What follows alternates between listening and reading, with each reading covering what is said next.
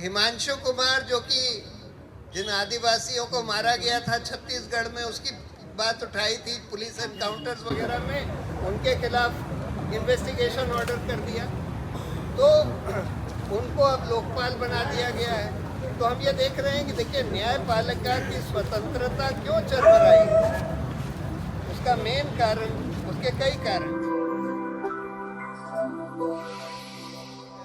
सरकार नियुक्ति ही नहीं होने दे रही इंडिपेंडेंट जजेस की। जब जब कोलिजियम, सुप्रीम कोर्ट का कोलिजियम कोई इंडिपेंडेंट जजेस को रेकमेंड करता है तो सरकार उन जजों का रिकमेंडेशन नहीं मानती और उस पर बैठी रहती है जिनको वो सोचती है कि ये स्वतंत्र है। सिर्फ उन्हीं जजों का अपॉइंटमेंट होने देती है जिनको वो सोचती है कि भाई ये सरकार के ही हक में काम करेंगे, इंडिपेंडेंटली काम नहीं कर पाएंगे। और इसलिए भी ये बात नहीं है कि कोई इंडिपेंडेंट जजेस का अपॉइंटमेंट नहीं हो पा रहा, कुछ इंडिपेंडेंट जजेस का अपॉइंटमेंट फिर भी हो जाता है, बहुत थोड़े।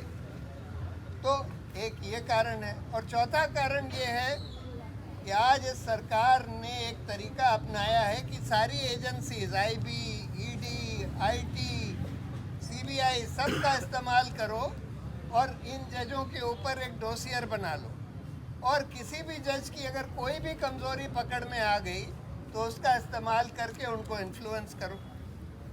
तो न्यायपालिका इस वजह से कब्जे में आ गई काफ़ी हद तक। उसके बाद अगर हम आते हैं इलेक्शन कमीशन के ऊपर, इलेक्शन कमीशन सेशन साहब के बाद बहुत साल तक स्वतंत्र मानी जाती थी, लेकिन पिछले कुछ साल से, करीब 7-8 साल से हम देख रहे हैं कि इलेक्शन कमीशन की भी स्वतंत्रता चरमरा गई। अब इलेक्शन कमीशन वही करता है जो सरकार चाहती है, यानी मॉडल कोड ऑफ कॉन्डक्ट को एनफोर्स सिर्फ ऑपोजिशन लीडर्स के खिलाफ किया जाता है। इलेक्शन की डेट सरकार के कहने पर तय करी जाती है। बहुत बड़ा मुद्दा आया है इसका इलेक्ट्रॉनिक वोटिंग मशीन्स का। सिटीजन्स कमीशन एक बना जस्टिस लोकुर के अंडर, उन्होंने बोला कि भाई ये मशीन्स में सॉफ्टवेयर होता है जिसके ज़रिए इनको मैनिपुलेट किया जा सकता है। इन्होंने 2017 में वीवीपैट मशीन का डिज़ाइन बदल दिया, उस पर काला कांच लगा दिया जिससे कोई देख ही ना सके कि बाहर से अंदर उसमें क्या हो रहा है।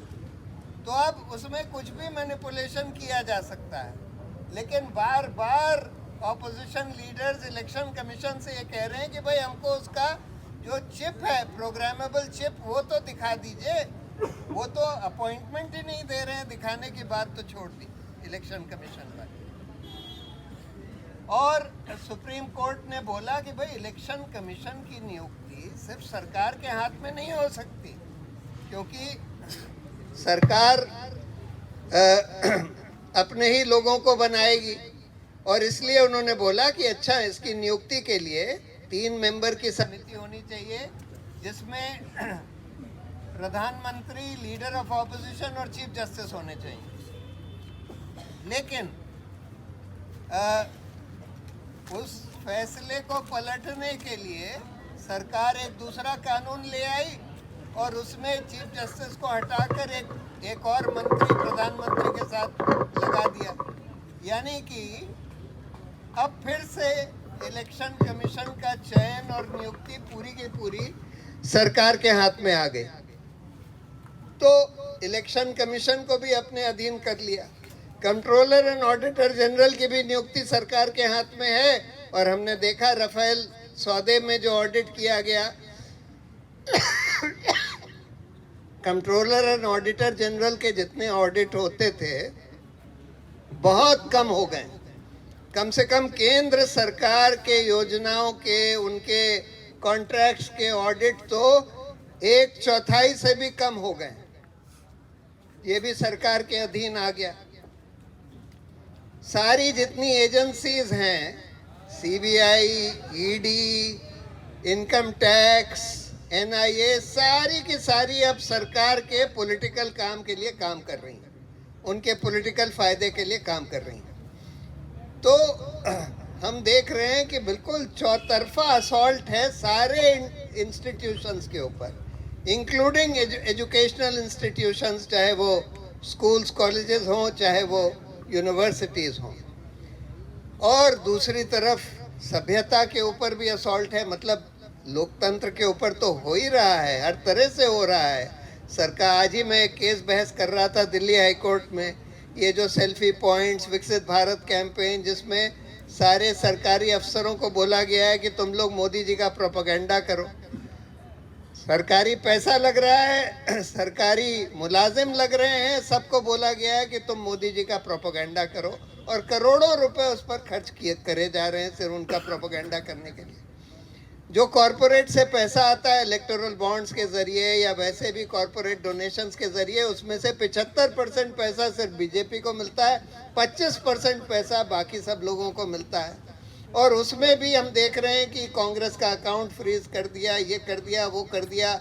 ईडी का इस्तेमाल इस तरह से किया जा रहा है कि सरकारों को तोड़ो, विधायकों को किसी तरह से अपनी तरफ खरीदो, वगैरह वगैरह। तो मतलब हम देख रहे हैं कि पूरा चौतरफा हमला है हमारे लोकतंत्र के ऊपर, लोकतांत्रिक संस्थाओं के ऊपर और हमारी सभ्यता के ऊपर। क्योंकि इस तरह का माहौल जो आज देश में बना दिया गया है कि किसी को भी लिंच कर दो, मुसलमानों के घरों को बुलडोज कर दो, मतलब कानून का राज तो रहा ही नहीं। और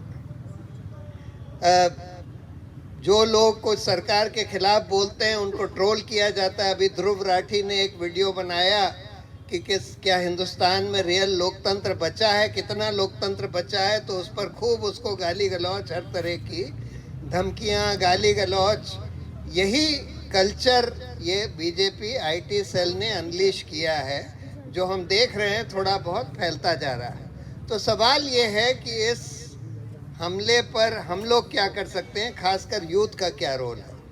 मेरा ये मानना है कि देखिए, इस लड़ाई को हम लोग सिर्फ पॉलिटिकल पार्टियों के ऊपर नहीं छोड़ सकते। ये लड़ाई सिटीजन्स को लड़नी पड़ेगी और खासकर यूथ को लड़नी पड़ेगी, क्योंकि यूथ ही है जो हमारे देश का भविष्य है और जिनका सबसे बड़ा स्टेक है हमारी सोसाइटी के फ्यूचर में।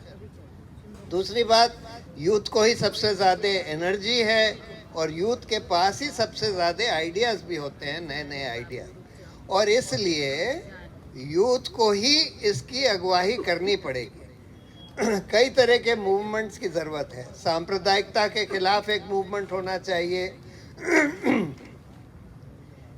रोजगारी का एक बहुत बड़ा, रोजगार के ऊपर एक बहुत बड़ा मूवमेंट देश में खड़ा किया जा सकता है, जिसकी अगुवाई यूथ को ही करनी है, क्योंकि वही इसके मेन स्टेक होल्डर्स हैं रोजगार के। और उस मूवमेंट के 4 बिंदु हो सकते हैं। पहला तो रोजगार के कानून, रोजगार की गारंटी का कानून बनना चाहिए। दूसरा, अंधाधुंध निजीकरण नहीं होना चाहिए। तीसरा, 1 करोड़ से ज़्यादा रिक्त पद हैं सरकार के, वो सब भरे जाने चाहिए ईमानदारी से और जल्दी से भरे जाने चाहिए। और चौथा, ये जो एकदम रैम्पेंट कॉन्ट्रैक्चुअलाइजेशन हो रहा है नौकरियों का, ये बंद होना चाहिए। हर जगह हम देख रहे हैं परमानेंट जॉब्स में भी, टीचर्स के जॉब्स में भी कॉन्ट्रैक्ट पर अपॉइंटमेंट्स किए जा रहे हैं, ये सब बंद होना चाहिए। इन 4 बिंदुओं पर, रोजगार के ऊपर एक बहुत बड़ा आंदोलन यूथ खड़ा कर सकते हैं, करना चाहिए। और अगर खड़ा किया गया तो उसका बहुत बड़ा असर होगा पूरे हमारे देश के ऊपर, लोकतंत्र के ऊपर, सब चीज़ों पर असर होगा, बहुत पॉलिटिकल असर होगा इसका। एक ईवीएम का इशू है जो हमारे पूरे लोकतंत्र के जड़ पर जाता है। मेरा ये मानना है कि ईवीएम का मैनिपुलेशन सिर्फ किया ही नहीं जा सकता, किया जा रहा है।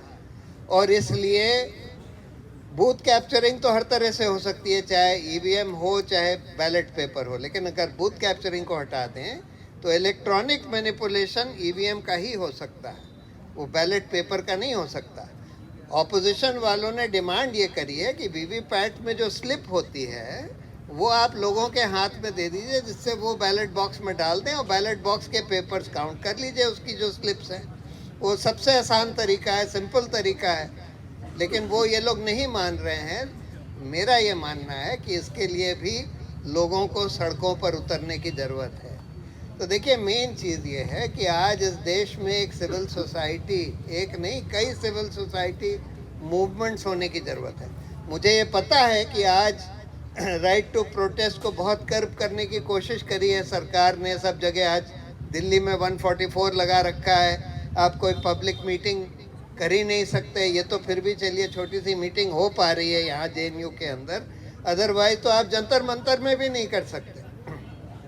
कल एक यूथ इंडिया मूवमेंट की मीटिंग होनी थी जंतर मंतर में, उनको शिफ्ट करनी पड़ी सुरजीत भवन में। तो ये लोग पूरी कोशिश कर रहे हैं कि लोग सड़कों पर ना उतर पाएं, लेकिन मुझे ये लगता है कि लोगों को, खासकर यूथ को, इसका डर छोड़ना पड़ेगा। जैसे किसान, जो हमारे किसान बैठे हुए हैं ना, वो बिल्कुल फियरलेस लोग हैं। सिख कम्युनिटी में एक ये बात है कि वो बिल्कुल, उनमें डर होता ही नहीं है। बाय एंड लार्ज वो कम्युनिटी ऐसी है कि वो डरते नहीं हैं। हम लोगों को अपने माइंड से डर निकालना पड़ेगा कि भाई हमको जेल में डाल देंगे अगर हम प्रोटेस्ट करेंगे, अगर हम इकट्ठा होंगे, ये डर निकालना पड़ेगा। अगर हमने अपने मन से ये डर निकाल दिया तो ये हमारा कुछ नहीं बिगाड़ सकते। कितने लोगों को जेल में डालेंगे? इसलिए अब वो समय आ गया है, क्योंकि ये एक निर्णायक समय है। अगर 2024 में इस जनरल इलेक्शन में फिर से ये सरकार आ जाती है तो आप मान कर चलिए कि हमारे देश में ना तो हमारे मौलिक अधिकार बचेंगे, ना लोकतंत्र बचेगा, और ना ही सभ्यता बचेगी। तो इसलिए सबको मिलकर ये संकल्प लेना है कि हमको संगठित होकर मूवमेंट्स खड़े करने हैं, खासकर इन सब्जेक्ट्स के ऊपर जिसका मैंने जिक्र किया, और सबको बाहर निकलना है, अपनी आवाज़ तो बुलंद करनी ही है। उसके अलावा सड़कों पर हम लोगों को उतरना पड़ेगा। और मेरा ये मानना है कि जिस दिन इस देश के युवा पीढ़ी ने संकल्प ले लिया कि हम सड़कों पर उतरेंगे इस लोकतंत्र को बचाने के लिए, अपनी सभ्यता बचाने के लिए, मौलिक अधिकार बचाने के लिए, उस दिन ये लोग हार जाएंगे। तो इसलिए यही हमको करना है, और आप सबको मिलकर, खासकर JNU के जो यूथ हैं, इन लोगों को इसकी अगुवाई करनी पड़ेगी। यही मैं कहना चाहता था। जय हिंद।